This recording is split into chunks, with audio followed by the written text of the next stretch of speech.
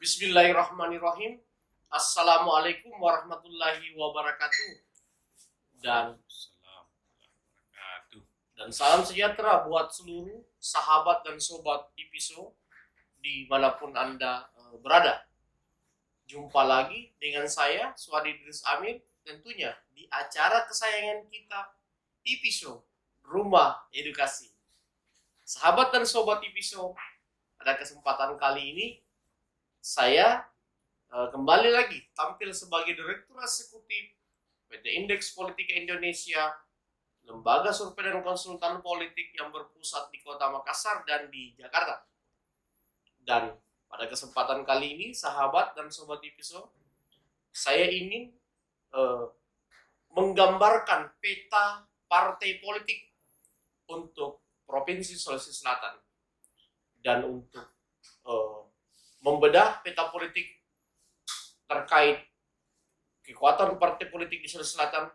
Telah hadir di tengah-tengah studio Ipiso pengamat politik Islam yang tidak asing lagi bagi sahabat dan sobat Ipiso. Beliau adalah Bapak Dr. Ridwan Pawalan MHI. Assalamualaikum Pak Dokter, sehat? Waalaikumsalam. Ketemu lagi Pak Dokter. Sehat. Ketemu lagi. Sahabat dan sobat Ipiso,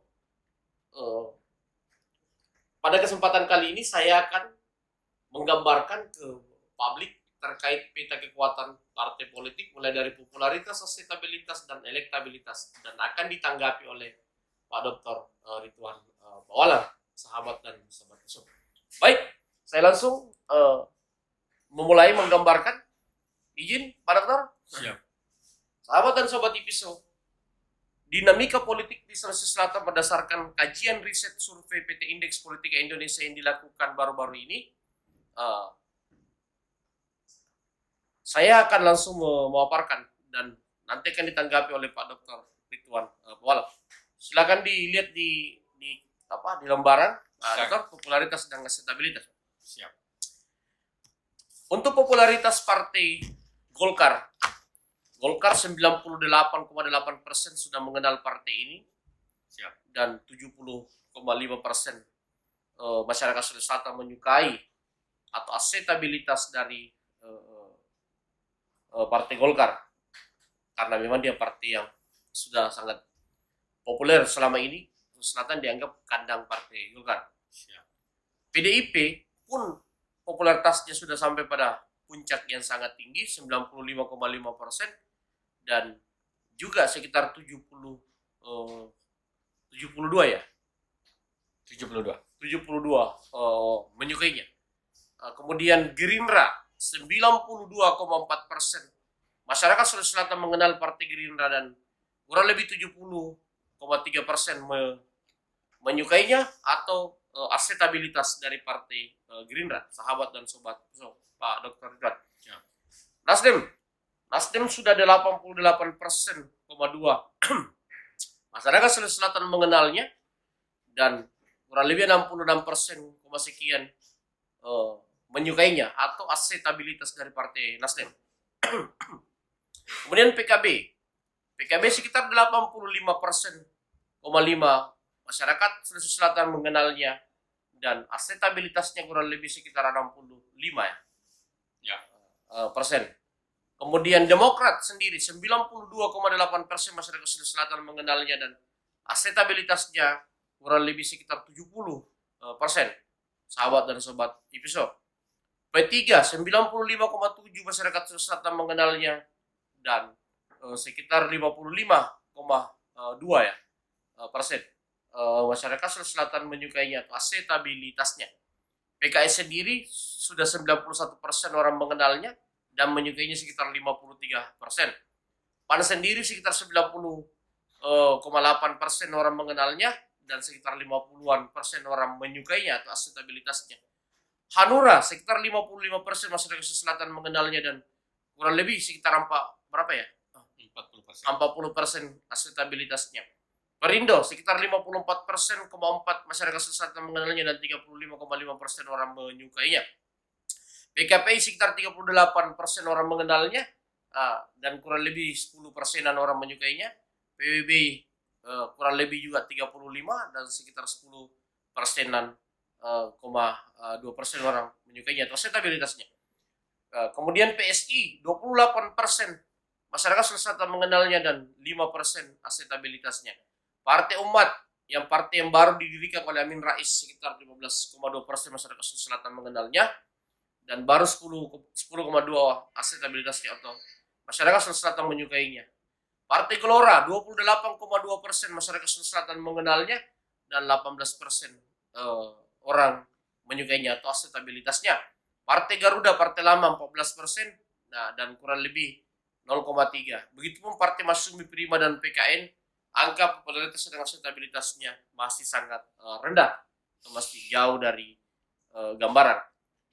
Pak Dokter, pada kesempatan ini ada banyak partai-partai baru yang kita survei, namun masih banyak yang belum terekam survei.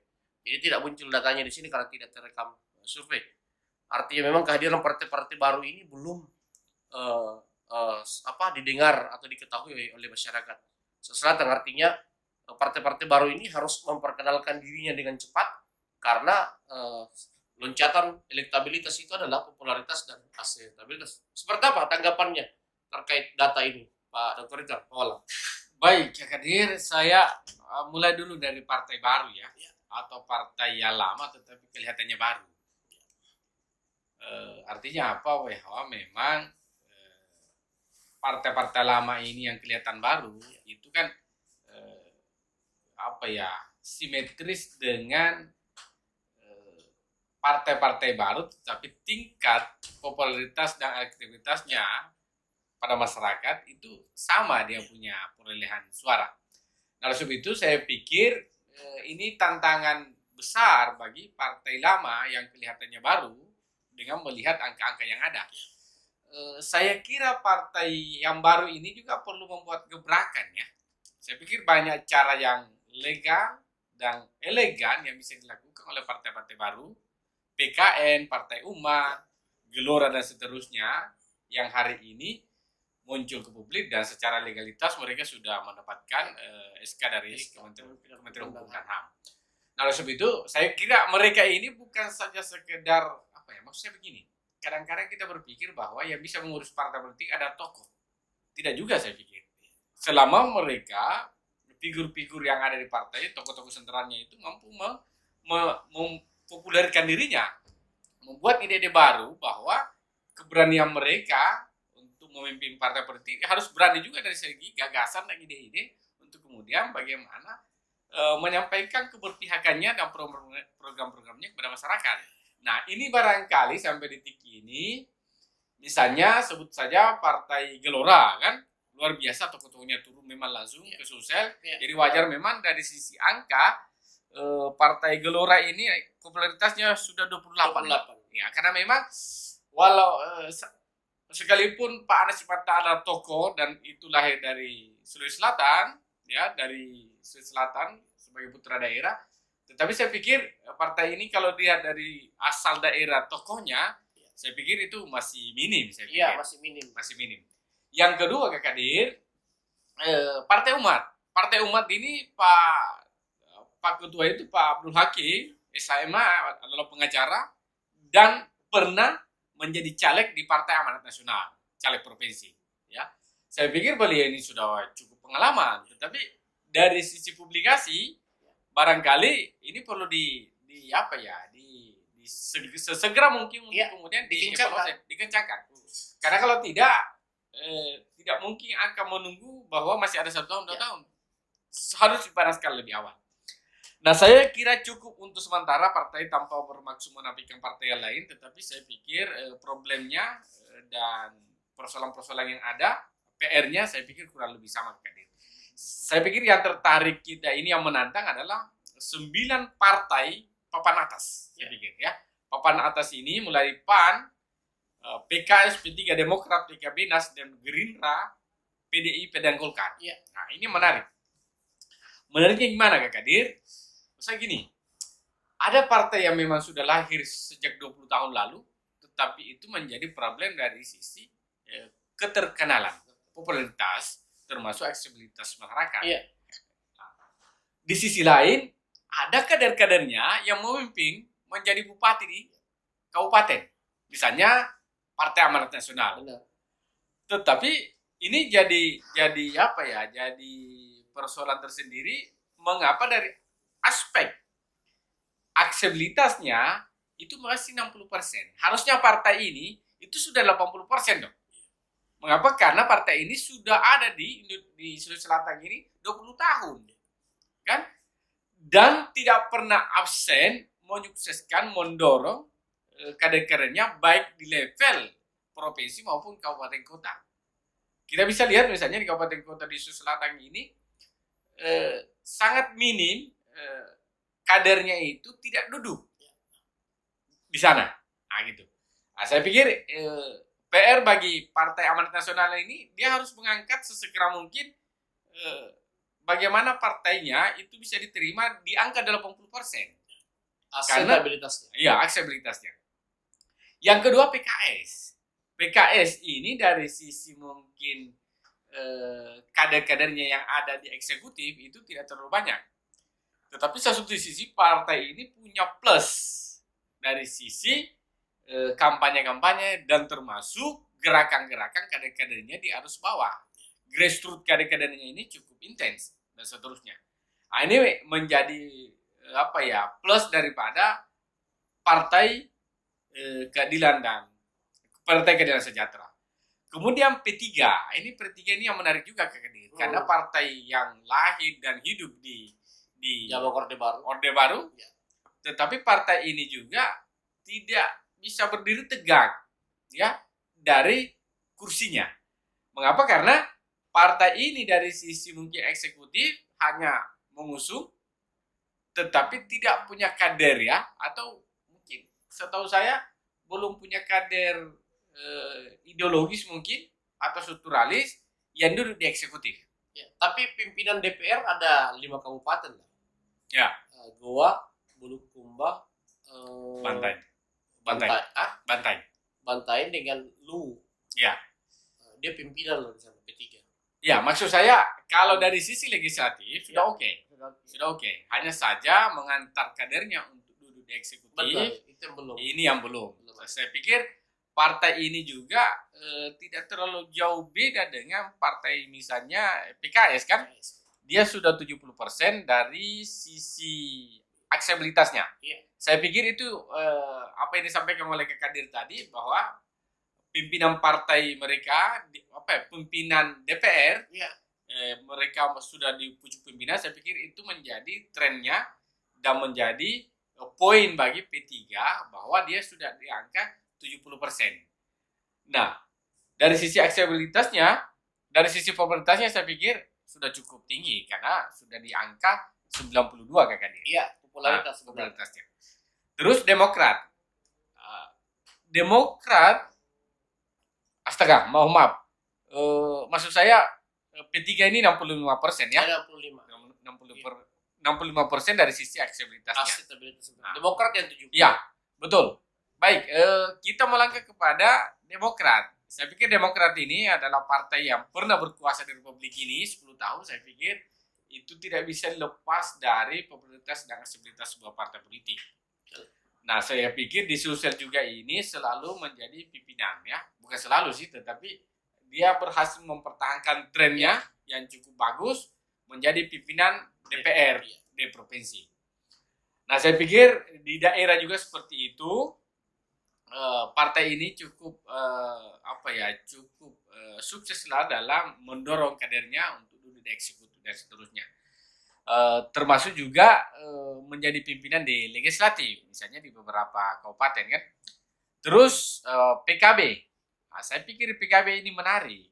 Ya, menariknya di mana? Karena partai ini terus mengusung dari sisi eksekutif. Ya. Walaupun barangkali untuk duduk di eksekutif kader murninya tidak terlalu banyak tidak terlalu banyak. Kecuali mungkin kalau tidak salah di mana ya, daerah mana yang belum ada ya. Ya. Jadi hanya sebatas mengusung saja ya. Nah, oleh sebab itu tetapi partai ini juga kurang lebih sama dengan PKS. Jadi kader-kader PKB ini juga cukup solid dan militan di garis bawah, Pak. Apalagi memang memanfaatkan kebijakan-kebijakan dari eksekutif di tingkat kementerian, misalnya di Kementerian Desa, di Kementerian Desa, daerah tertinggal, di daerah tertinggal. Kemudian sekarang ini masuk di di Kementerian Pekerjaan, termasuk Menteri Agama dari PKB sekarang. Nah, itu juga. Ya, saya pikir instrumen-instrumen eksekutif di tingkat pusat juga cukup mempengaruhi daerah pada kebijakan-kebijakan secara internal. Saya pikir itu adalah hak mereka selama kemudian bisa dijaga ritmenya. Kemudian Nasdem. Nah, saya pikir Nasdem ini cukup luar biasa, Kakak. Dir, runner up. Ya, karena saya melihat strategi yang dilakukan oleh elit Nasdem Sulsel ini adalah merekrut mantan-mantan eksekutif yang ada di daerah, ya, untuk kemudian bergabung dan diberi kartu khusus. Nah, ini yang menarik. Dan ada beberapa yang ditarik itu dan langsung menjadi top leader di kabupaten. Ini yang menarik. Nah, saya pikir ini adalah sebuah strategi, walaupun saya pikir itu ada celahnya. Celahnya di mana? Karena mereka ini hanya diimingi dalam tanda petik untuk sebuah kekuasaan sesaat. Ya. Pada saat nantinya mereka mendapatkan tawaran lain dan seterusnya, itu tidak ada jaminan mereka akan bertahan. Ya, apalagi memang mereka ini di beberapa kasus itu misalnya ex-elit Golkar yang bergabung di sana, dan seterusnya. Suatu ketika mereka ini mendapat tawaran kembali oleh partai lamanya, kemungkinan besar akan berubah sikap politiknya. Nah, saya pikir satu sisi Partai Nasdem juga ini di beberapa daerah itu terpilih kader-kadernya di eksekutif. Nah, ini juga saya pikir akan menjadi sebuah tantangan baru bagi partai politik, misalnya Gerindra, Golkar, dan seterusnya. Baik, Kak Kadir, selanjutnya Gerindra. Gerindra saya pikir adalah partai yang cukup fenomenal juga ini. Dari sisi akseptabilitasnya, itu mendapat poin 70,3 dan popularitasnya 92,4%. Partai ini saya pikir adalah partai yang cukup populer juga, dalam arti bahwa partai ini punya magnet tersendiri pada figurnya, misalnya Pak Prabowo Subianto dan seterusnya. Di satu sisi juga dari sisi infrastruktur dan seterusnya itu juga memiliki kekuatan tersendiri.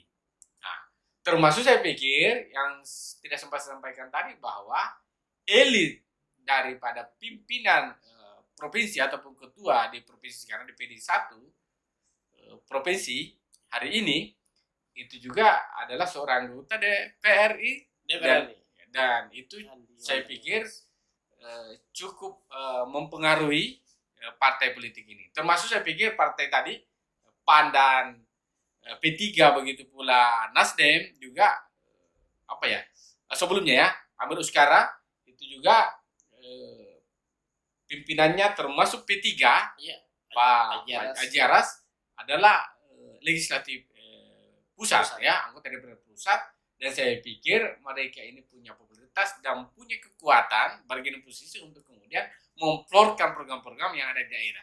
Dan saya pikir ini cukup salah satu strategi bagi partai politik, khususnya partai-partai yang kita sebutkan tadi itu untuk mempengaruhi. Entah seperti apa, tetapi saya pikir ini cukup signifikan dampaknya terhadap partai politik di partainya di daerah. Terus Kak Kadir, PDIP ini saya pikir selama ini saya pikir tingkat akseptabilitasnya ini 70%. Saya pikir ini yang sangat terbaca ketika pileg kemarin di Kota Makassar, bahwa partai ini itu mampu mendudukkan kadernya sebagai wakil ketua. Saya pikir partai-partai ini ini fenomena baru. Biasanya PDIP itu wong cilik, Pak. Wong cilik ini itu lebih identik dengan rakyat di pedesaan. Tetapi ini sudah bergeser di Kota Makassar, Pak. Yang notabene bahwa Makassar ini itu adalah masyarakat masyarakat yang yang bukan wong cilik lah istilahnya. Mereka ini adalah orang di kota dan seterusnya, yang jauh dari pedesaan dan seterusnya. Lebih cerdas lah. Ya, lebih cerdas lah ya. Bukan berarti tidak cerdas misalnya gitu, tetapi maksud saya pemilih wong cilik itu identik dengan petani. Petani-petani yang misalnya kalau perspektif Jawa itu kan petani-petani yang ada di desa. Sekarang barangkali di Kota Makassar ini masyarakatnya urban yang awalnya petani, tapi setelah hijrah dari Kota Makassar mereka punya ketertarikan untuk memilih PDIP dan seterusnya. Di satu sisi barangkali melihat masyarakat ini sudah cerdas, melihat mereka cermat melihat bahwa PDIP adalah salah satu pengusung daripada Presiden Jokowi hari ini. Saya pikir itu juga mempengaruhi ya. Jadi figur eksekutif baik di pusat maupun di lokal itu juga mempengaruhi popularitas dan aksesibilitas sebuah partai politik. Nah, yang menarik saya pikir adalah Golkar. Kalau Golkar ini kan aksesibilitasnya itu lebih rendah daripada PDIP. Ada apa sebetulnya dengan Golkar? Sementara di satu sisi walaupun misalnya popularitasnya 98,8, saya pikir itu wajar. Karena Sulsel ini adalah lumbung ataupun kandangnya Partai Golkar. Nah, tetapi satu sisi perlu menjadi evaluasi di internal Golkar adalah bagaimana mendorong meningkatkan aksesibilitasnya menjadi 95% lah saya pikir ya. Karena terlalu jauh gap-nya antara popularitas dan aksesibilitas partai politik ini yang notabene Partai Golkar adalah partai yang pernah menguasai dan menjadi lumbung di partai di Sulawesi Selatan ini. Nah, ini akan menjadi tantangan dan saya pikir tidak menutup kemungkinan ya ke depan ini akan terjadi draw ya. Entah partai apa yang akan menyamakan posisinya dengan Partai Golkar. Tetapi dengan melihat angka-angka yang ada dari sisi aksesibilitas, saya pikir Partai Golkar ini harus hati-hati. Ya, harus hati-hati. Pak Pompawe ini jangan terus hanya di pare-pare mengurus partai ini. Dia harus melakukan gebrakan-gebrakan karena beliau ini konsekuensinya menjadi ketua partai DPD 1 Golkar itu adalah tantangan tersendiri. Saya kira cukup sementara Kak Kadir. Baik, sahabat dan sobat Tipiso, sebelum saya lompat ke data peta elektabilitas partai politik, saya mau menjelaskan sedikit sahabat dan sobat Tipiso untuk menambah penjelasan dari Pak Dr. Ridwan Tolang. PDIP kenapa akseptabilitasnya naik?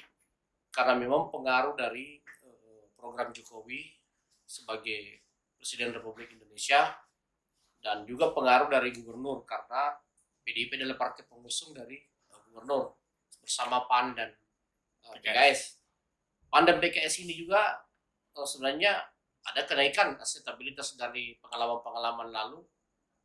Sebelumnya rata-rata di bawah 50%, sekarang sudah di atas 50%. Artinya ada kolerasi antara PAN dengan program gubernur atau PLT gubernur saat ini, Pak Dr. Ridwan ya. Kemudian Nasdem sendiri memang saya lihat ini trennya cukup naik terus ya. Dari angka-angka sebelumnya. Gerindra sendiri juga memang cukup ditunjang karena popularitas dan akseptabilitas seorang Prabowo Subianto, karena di Pilpres kemarin kandangnya Prabowo itu ada di Sulawesi Selatan, Pak Dr. Ya. Kurang lebih seperti itu.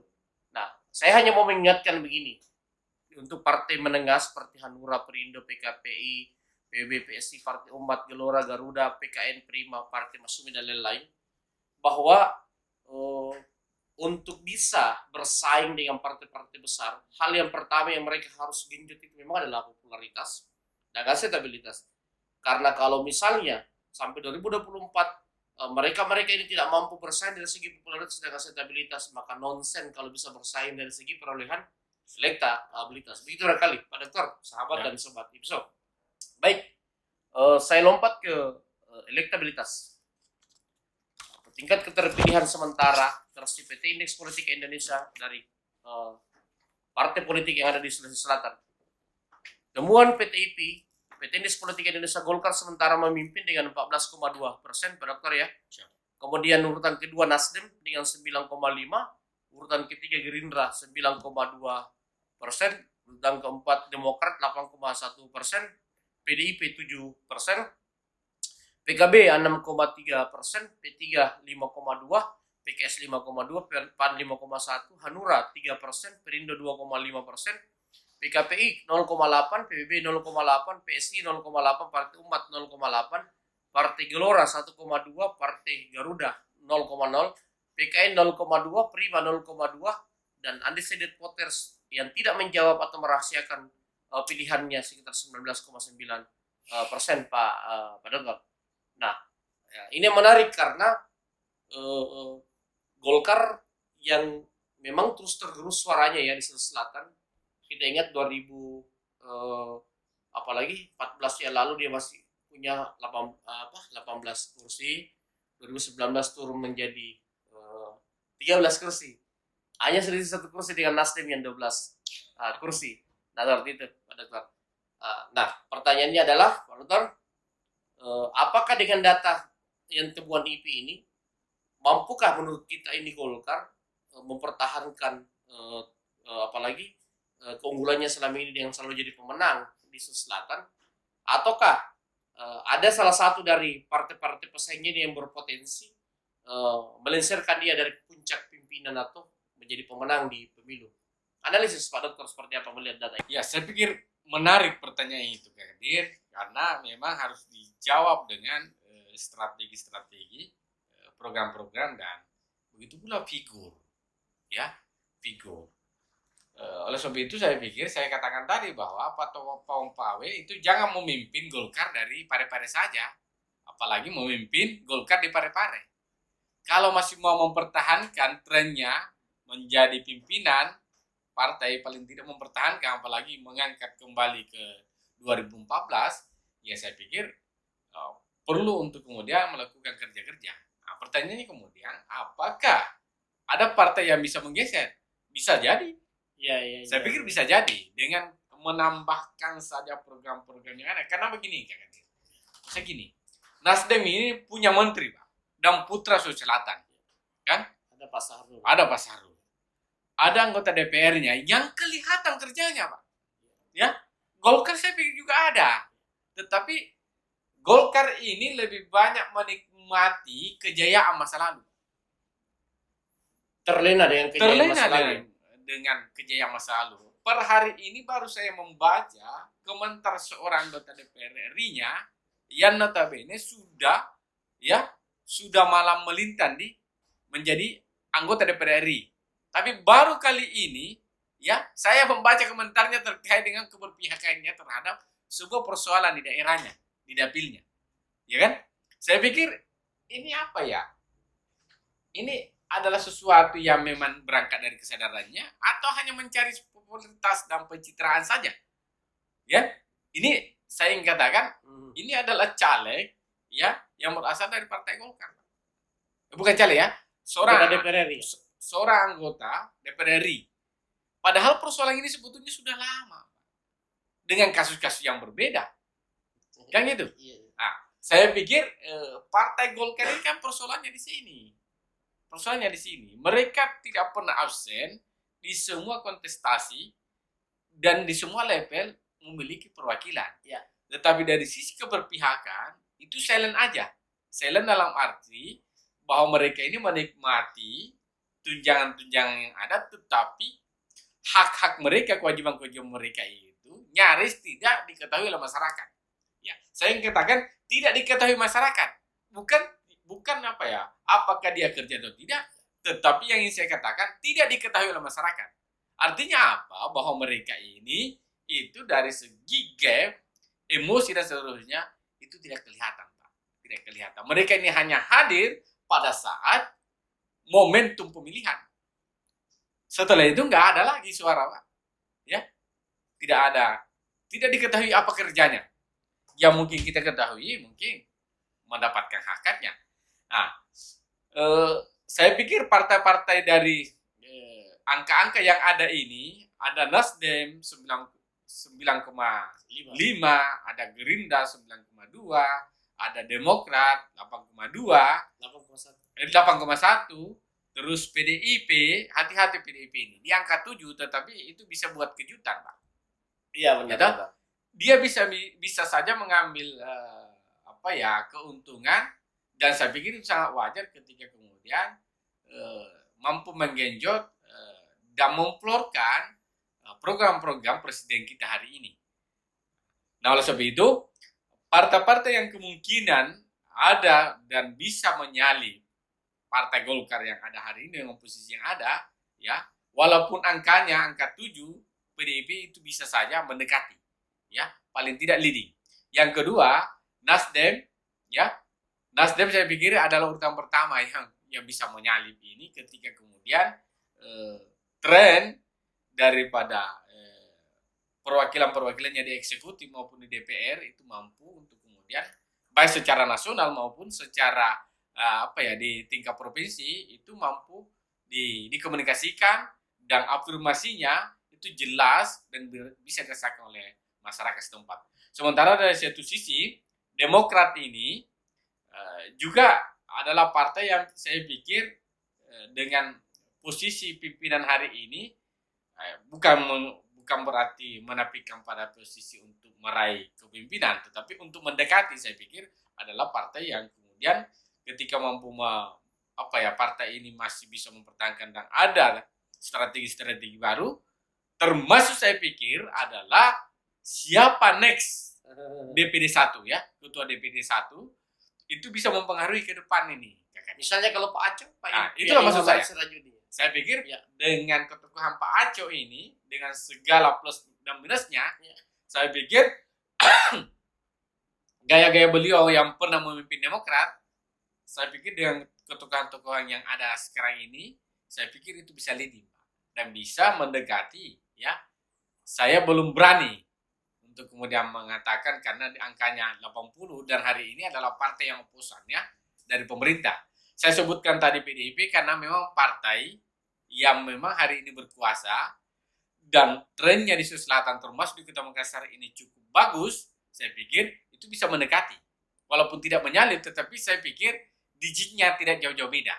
Nah, dengan catatan bahwa tren hari ini apalagi kalau mampu, ya, PDIP mampu mengusung capres-cawapres yang memang punya keterpilihan, punya akseptabilitas punya popularitas dan akseptabilitas termasuk elektabilitasnya itu juga bisa berdampak di Sulawesi Selatan. Dengan catatan bahwa gubernur-gubernur yang ada dan partai yang gubernur PLT sekarang ini juga bisa bekerja dan masih bisa mengkomunikasikan, berkolaborasi dengan PDIP, ya, di legislatif dan seterusnya. Saya pikir ini juga menjadi tantangan tersendiri. Nah, Gerindra, saya pikir partai ini dia akan saling bekerja dengan Nasdem, ya. Dia bersaing ketat, ya. Iya, dia persaingannya sangat ketat karena keduanya ini adalah tokoh, ya, tokoh masing-masing tokoh muda dan anggota DPR RI pusat, ya. Dari sisi kapital, saya pikir ya, semuanya kita sudah semua mampu pada persoalan itu. Saya pikir ini akan saling berkejar. Tingkat sisa kemudian pada tingkat grassroots ini seperti apa? Seperti apa tingkat istilahnya ya? Keberpihakannya. Karena kan kadang-kadang figur itu hanya seperti menara gading, tetapi dari aspek bergerak, afirmasi ke bawah itu tidak dirasakan oleh masyarakat. Nah, sekarang ini saya pikir mainnya ada di situ, ya, mainnya di situ. Nah, partai-partai yang lain saya pikir ini akan bersaing. P3, PKS, PAN itu akan bersaing. Saya pikir termasuk saya pikir PKB seperti trennya ke depan. Tetapi partai ini kemungkinan itu akan masih bisa lah bergerak, saya pikir, Kak Kadir. Dan partai yang di bawah ini Tergantung ya, saya pikir sangat tergantung daripada kerja-kerja karena maksudnya begini, partai baru ini sejauh mana dia punya posisi, pilihan posisi. Apakah posisinya adalah posisi yang oposan atau koalisi eksternal dalam arti mendukung program-program apa ya kebijakan dan program-program pemerintah. Nah, saya pikir itu juga akan berdampak pada partainya dan tingkat popularitas dan akseptabilitas ke bawah dan mungkin juga akan mempengaruhi akseptabilitasnya di masyarakat. Nah, saya pikir cukup sekian dulu. Ya. Baik, sahabat dan sobat Tipiso, tadi tanggapan dari Pak Dr. Ridwan Tawalang dalam menanggapi peta elektabilitas partai politik. Jadi, sahabat dan sobat Tipiso, saya memperkuat sedikit analisis Pak Dr. Ridwan sebelum menyudahi persentase dan tanggapan dari Pak Dr. Ridwan.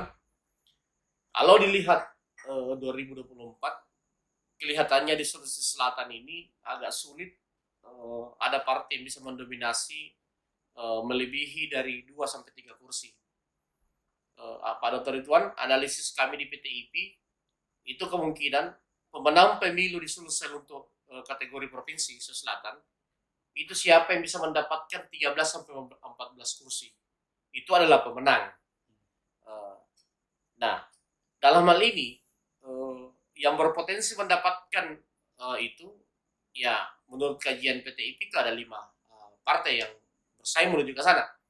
Golkar sendiri sebagai petahana ya. Saat ini. Kemudian yang kedua yang paling berpotensi bisa bersaing dengan Golkar untuk menjadi pemenang di Sulsel untuk 2024, pertama saya melihat potensi itu ada pada Nasdem. Kenapa saya lebih mendahulukan Nasdem? Karena Nasdem itu punya Syahrul Yassin Limpo, selama dia tidak diganti jadi Menteri Pertanian, saya pikir efek dari seorang Pak Syahrul itu akan sangat mempengaruhi perolehan kursi Nasdem, dan ditambah pengaruh RMS sebagai apalagi pejabat di DPR sebagai banggar dan sebagai apalagi wakil ketua umum yang sangat berpengaruh di DPP ya seperti itu. Ditambah 4 anggota DPR RI termasuk RMS sendiri yang kalau bisa memaksimalkan peran-perannya di Sulawesi Selatan, maka Nasdem mungkin partai yang paling pertama yang perlu diwaspadai Golkar sebagai pesaing utama. Kemudian yang kedua adalah PDIP sendiri. Kenapa PDIP setelah Nasdem menurut saya? Karena PDIP itu nanti yang akan menciptakan PLT Gubernur dan PLT Bupati di Sulawesi Selatan. Karena semuanya ada sekitar 12 kabupaten yang memerlukan PLT. Dan tentu sebagai partai pemenang pemilu, partai penguasa, PDIP akan menentukan siapa pelaksana tugas itu kan gitu. Itu mungkin kekuatan PDIP ya. Selain itu kekuatan Jokowi sebagai presiden yang pasti akan memaksimalkan di masa terakhir dia menjadi presiden. Kemudian Gerindra ini kekuatannya kenapa bisa menjadi pesaing dari Golkar? Gerindra punya Sandi Iwan Darmawan Aras sebagai tokoh muda yang dikenal petarung. Beliau saat ini menjadi ketua DPD Gerindra Sulsel. Beliau dianggap pemain terakhir, artinya beliau cenderung menggunakan kos politik yang maksimal dalam berpolitik, dan itu bisa menjadi kekuatan bagi Gerindra sendiri ketika hal tersebut dimaksimalkan kembali oleh Iwan Darmawan Aras pada tahun. Kemudian Demokrat sendiri mungkin bisa bersaing ketika Pak Iyas yang memimpinnya dengan pengalaman-pengalamannya. Tetapi saya lebih menjagokan Nasdem, PDIP dan Gerindra sebagai pesaing Golkar untuk menjadi pemenang pemilu di 2024. Dalam hal ini kuda hitam adalah PKB kalau menurut saya sebagai partai yang trennya terus naik karena pengaruh dari kementerian yang terkait dengan partai PKB itu sendiri, Pak Dr. Ridwan. Dengan tidak meremehkan dan tidak menghitung partai-partai lain untuk bisa menjadi pemenang pemilu, tapi menurut saya yang bisa bersaing dengan Golkar untuk menjadi pemenang pemilu di Sulawesi Selatan, yang pertama saya ulangi lagi adalah Nasdem, yang kedua PDIP, yang ketiga adalah Gerindra. Seperti itu sahabat dan sobat bisa Pak Dr.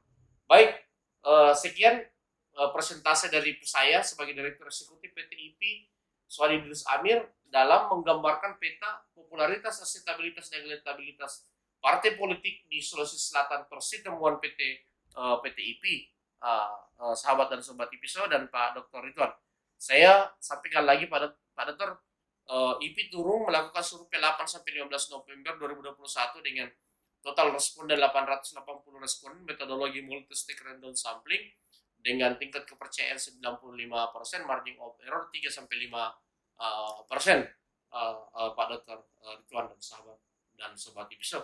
Sekian persentase data singkat saya terkait peta partai politik dan tanggapan dari Pak Dr. Ridwan memperkaya apalagi diskusi data kita pada kesempatan kali ini.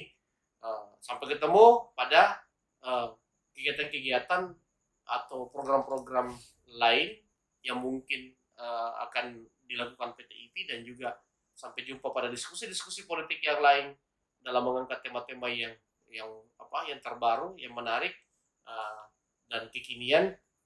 Sekian, terima kasih Pak Dokter. Siap. Sudah mengedukasi kembali masyarakat Sulawesi Selatan dan sahabat dan sobat IPISO kita.